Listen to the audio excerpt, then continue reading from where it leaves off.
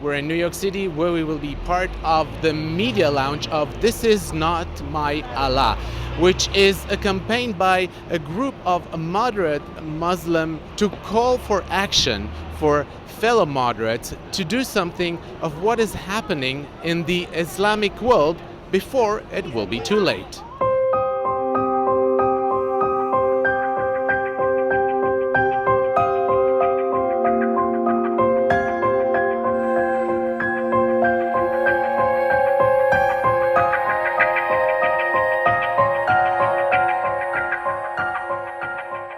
The creator of This Is Not My Allah, a global campaign of resistance against radical Islam, Rabia Kazan comes to her latest project following a career as an acclaimed Turkish journalist and women's rights activist. Spurred by recent and much publicized atrocities committed by ISIS in the name of Islam, Ms. Kazan hopes to ignite a worldwide resistance movement of Muslims and all people of conscience to denounce violence committed in the name of religion by such groups as ISIS, the Taliban, Al-Qaeda, and others. Catapulted to worldwide prominence after interviewing Mehmet Ali Aga, who attempted to assassinate Pope John Paul II in 1981, she gained further notice after writing a best-selling book in 2007 called Angels of Tehran, an expose of the practice of a coercive, legalized form of prostitution in Iran called temporary marriage. Having worked at the World Federation of United Nations Associations, Ms. Kazan's career is marked by her commitment to expose extremism within her native religion. Today I'm not going to talk as a Muslim or Christian or Jew. I am only talking as a writer who cares about the civil liberties and freedoms and who challenges the threat of the death by terror that is suddenly part of our daily lives due to the radicals who claim to speak in the name of God. Sadly, I know the threat of death firsthand. Daring to write the truth about the practice of temporary marriage in Iran, sanctioned by Iranian law, I became an enemy of Islam. Daring to remove my hijab a few years later, I was marked for killing. I live with the fear of being killed. I have run. I have changed my name. I have gone into hiding. I live with the fear of my loved ones' murder in some twisted act, vengeance against Allah. I stand before you today to say, I do not believe in God who asks for the death of innocents. This is not my Allah. To ISIS, their cohorts, I say, who is Allah you are killing for? I am not familiar with Allah who cries out for the torture execution of innocents. This is not my Allah. Imagine a God. He lets children be raped, their father murdered, their mother sold. He orders people beheaded. What kind of God is he? Could a God be that bad? I don't believe in this kind of Allah. He is not my Allah. Today, I'm launching my global campaign of conscience and resistance against terror in name of Islam. It's called This Is Not My Allah. I ask you to join This Is Not My Allah, regardless of your religions or your beliefs. This is not my Allah movement or resistance based on the belief that acts of evil happen because people fail to speak out. I have told you what I believe, and I call you all to break your silence and tell the truth with bravery. No matter what your religion, join me as should the words, This is not my Allah. As a native Muslim, I'm calling out to my brothers and sisters in Islam to take the lead. This is not my Allah. Let us promote poet Rumi's Allah. Rumi's Allah loves all his people without favoring and over another. He even love this ones who break their promises after repentance. Rumi's Allah shows mercy and humanity, which Allah is yours. I would like to end my speech with my poem, my Mevlana Rumi. Come, come, whoever you are, wanderer, worshipper, lover of living. Ours not a caravan of despair. Even you have broken your vows 1,000 times. It doesn't matter. Come, come, yet again come. A revolution happens in small steps. Please join me on global campaign of conscience by adding your voice to mine. I proclaim, stop the campaign of terror, of murder in name of the God. This is not my Allah. May we see peace in our lifetime. Thank you. You don't suddenly awake in the morning and say, oh, I will start a career of terrorism. No, it comes from somewhere. It's like if you think the Nazi organization and Nazi Third Reich as a terrorist organization. It's stupid. It comes from ideology. It's come from an ideology. And with the people who choose Sharia to enforce Sharia upon humanity and on societies, their society, but the Sharia project is for the whole humanity. Those people have chosen violence because societies ruled by Sharia are religious totalitarianism. This is absolutely unacceptable. Our societies reject the concept of violence upon only matter of faith. This is not the case, and we need to realize that.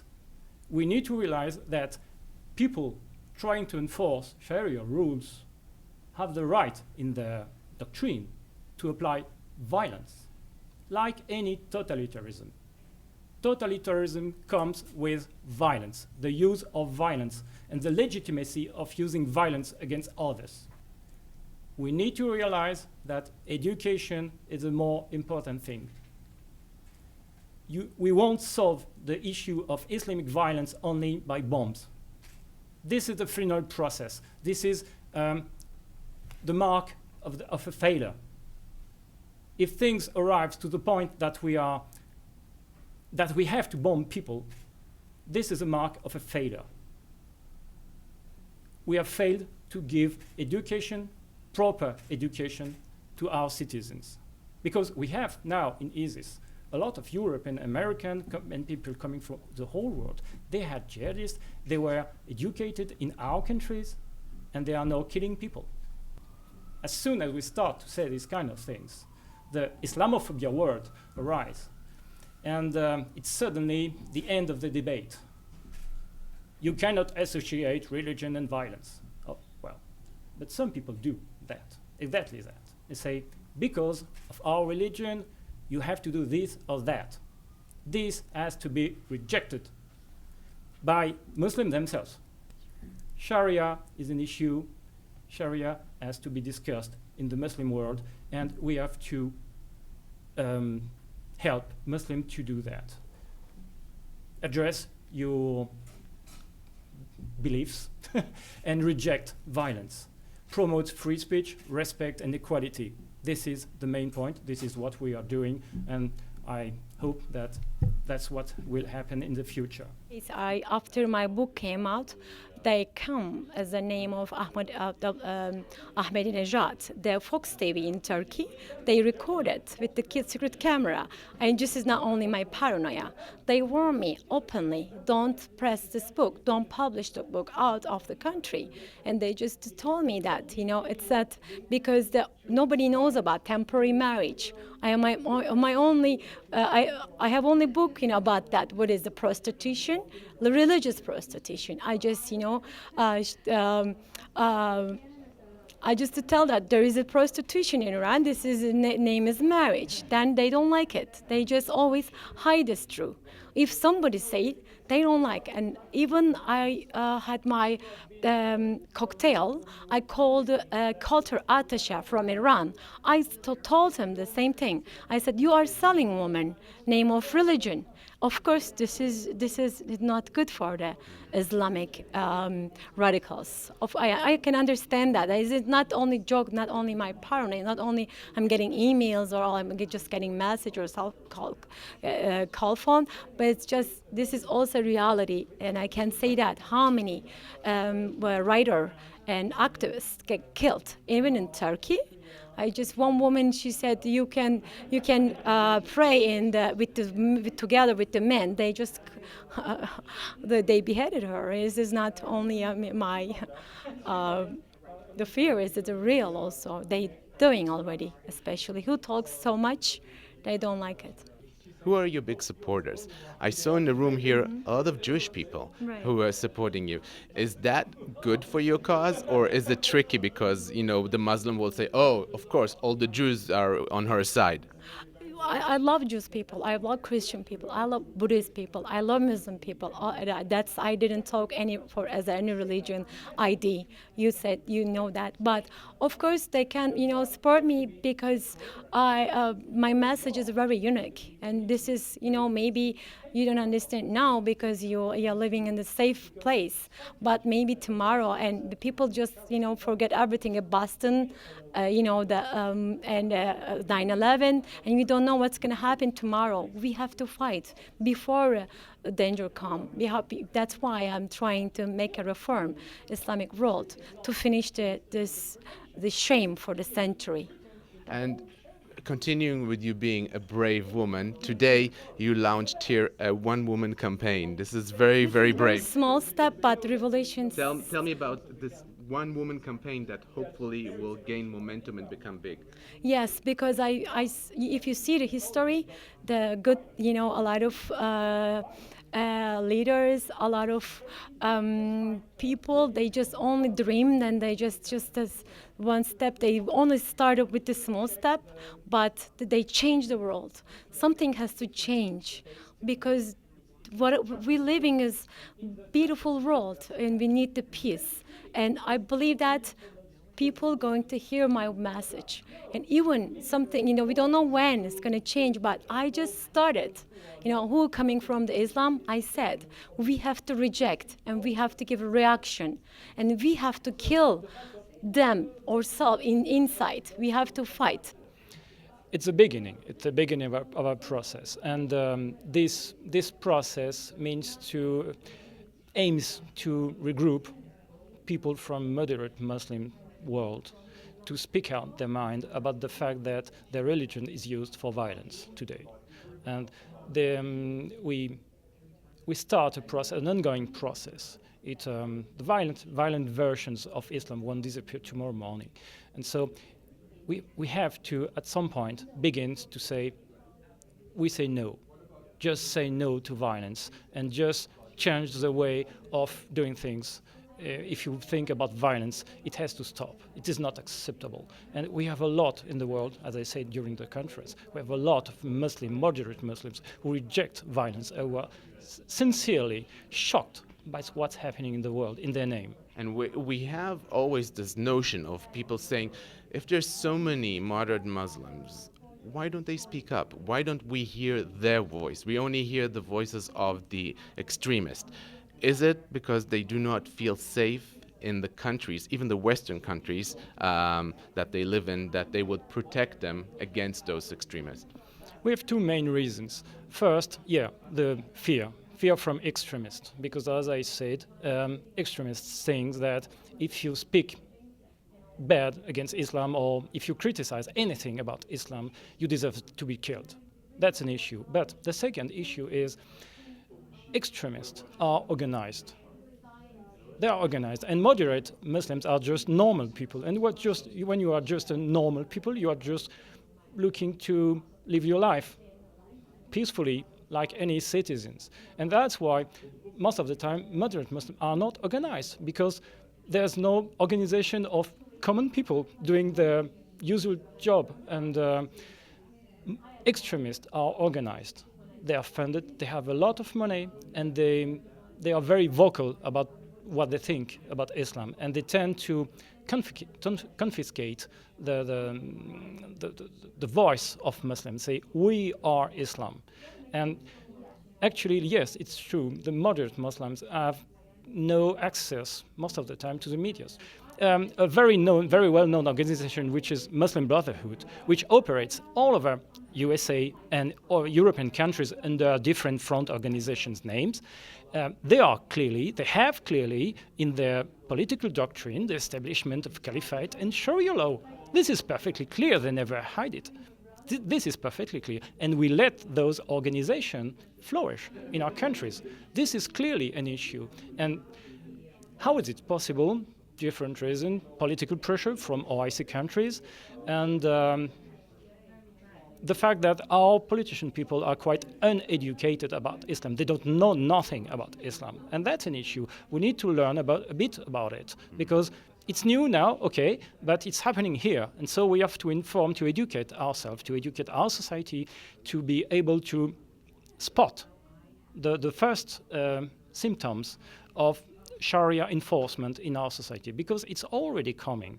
Slowly, piece by piece, like a puzzle, you change some pieces in the society. But the main objective of those organizations is to establish caliphate and Sharia. Even in our country, it seems totally crazy, but they are working upon this project. And at some point, they have to be opposed, challenged by our governments. This is not a matter of religion. It is a matter of politics. Tell us a little bit, you took this cause upon yourself by very unusual circumstances, right? Yes. Not even 1 month ago, I got an email from Thane Rosenbaum, writer and lawyer, and someone whose causes resound very deeply with me. And he said, Shira, there's a woman I'd like you to meet. Her name is Rabia Kazan, and she has an important message, and she needs help getting the message out. And I said, okay, I will meet with her. And probably 2 hours later, I was meeting with Rabia. We met at Columbia University School of Journalism's Cafe Brad's. And I have to say that after maybe an hour, we shook hands and called each other sister, and game on. We started. How, when you are trying to pitch this to the media, how, understanding and willing are they, or is this a cause that they feel uncomfortable with? Yeah, there's a lot of discomfort. There was some curiosity. I mean, we did have a very nice press conference today, and I believe that this is the beginning of a campaign of awareness. I mean, this is the launch of a global campaign of conscience, but also in terms of the media, I do believe that everybody who is here today is the vanguard, and other reporters and editors and producers will follow. This is a very resonant and very timely and very bold message. It is, as you're pointing out, controversial. You probably do know that the Harvard Club canceled on us last week today. We had several heart-stopping hours. They never articulated the reason why. I found it curious that we were talking about a press conference for the previous couple of weeks that we had been speaking, and suddenly I'm informed that they can't accommodate the press. So there it is. We scrambled, and by the end of Wednesday, this place was secured. I think actually this is a better location. I did lose 3 potential partners in publicity because this subject was considered too hot to handle.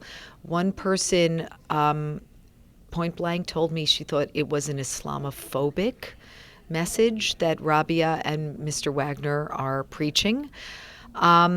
And yeah, I think that there was some media resistance. I got personal letters back, emails back, because I have a lot of friends who are reporters telling me that they wished me luck, but they couldn't stand behind this. They disagreed with the basic premise, but then happily, there was a lot of interest. And I know that the message is going out today and will reach other people, and there will be other interviews and articles, many in fact. I think Rabia is at the beginning of something very major and very important. We are in a catch-22 here with the freedom of speech and freedom of religion, where because we live in such an open country where everything is allowed, we do not get what's happening here.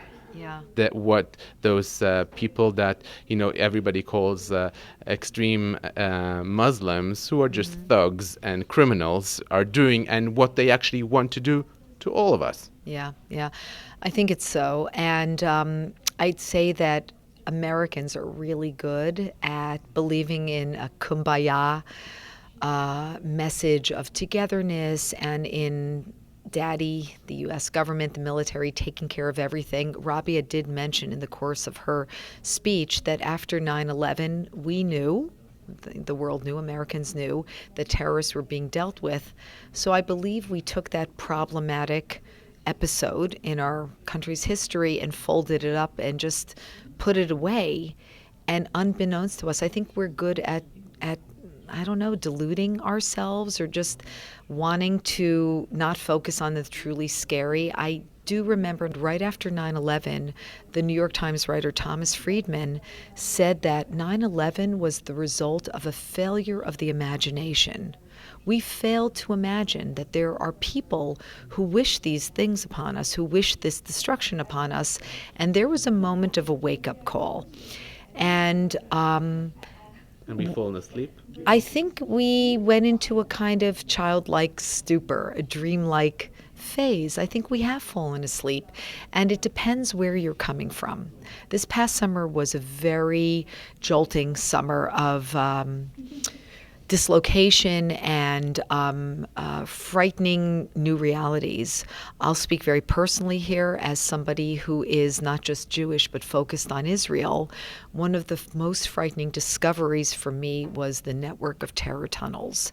And this concept is terrifying enough in terms of the physical aspect of what these tunnels are and what was planned, I believe, for the high holidays, attacks on kibbutzim and on civilians.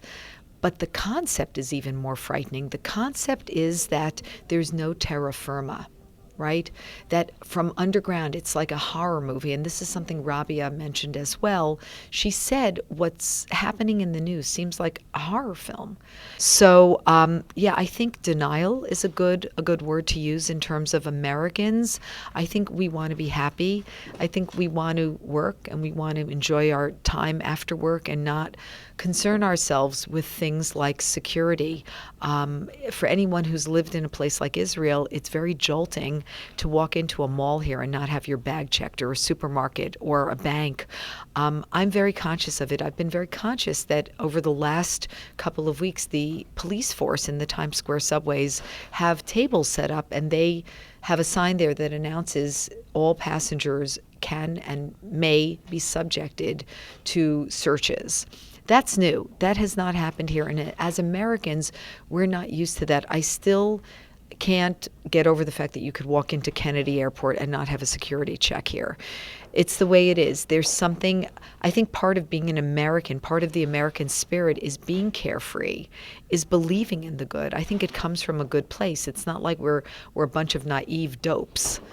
Even if we are a bunch of naive dopes right now, it comes from we're Americans, and it's very hard for us to adopt another sensibility. But I'd say the message from this press conference is it's time to adopt another sensibility, not to live in fear and not to adopt despair, but to see what's happening and not to be quiet about it either. And I love what Rabia said. This is not my Allah has nothing to do with your personal faith. It's saying don't use God's name to condone acts of violence and murder and destruction. This is an act of resistance to say this is not my Allah. And I stand behind that personally, not just as her publicist.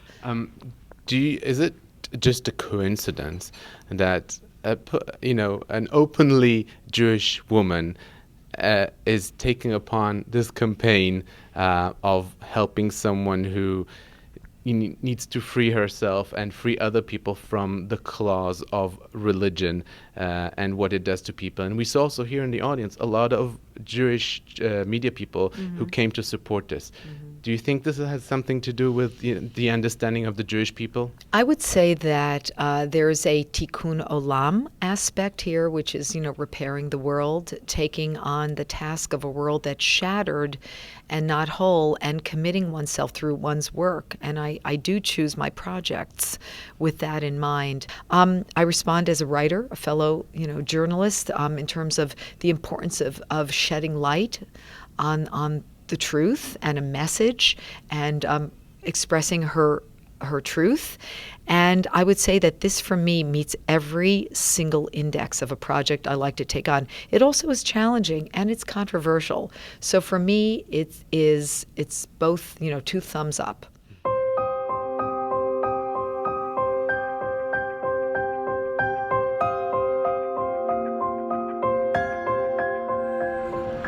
And if you want to learn more about Rabia Kazan's campaign, you may log on to her website, thisisnotmyallah.com. I'm Ron Jacobson in front of the Times Square Hilton in New York City.